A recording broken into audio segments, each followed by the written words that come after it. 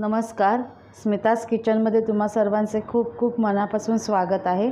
आज आपण पाहणार आहोत खुरसणीची चटणी। ह्याला कारळ्याची चटणीसुद्धा म्हणू शकता तुम्ही। सर्वप्रथम आपल्याला ही खुरासणी आहे, सर्वप्रथम आपल्याला ही भाजून घ्यायची आहे चांगली।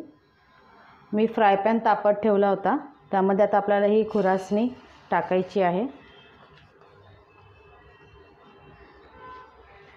त्यामध्येच आपल्याला जिरं टाकायचं आहे।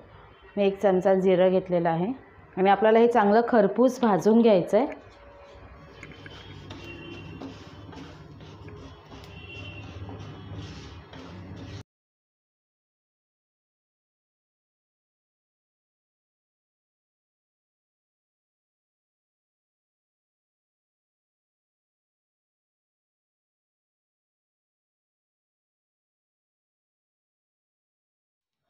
खुरासणी चांगली आता आपली भाजून झालेली आहे, तडतडायला लागलेली आहे।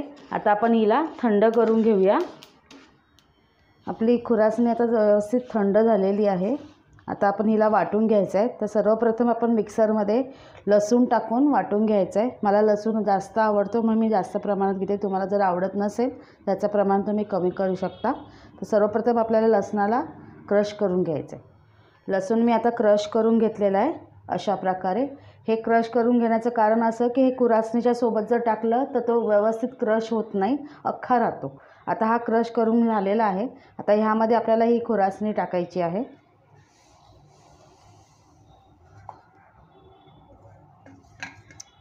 तर ह्यामध्येच आपल्याला चवीनुसार मीठ टाकायचं आहे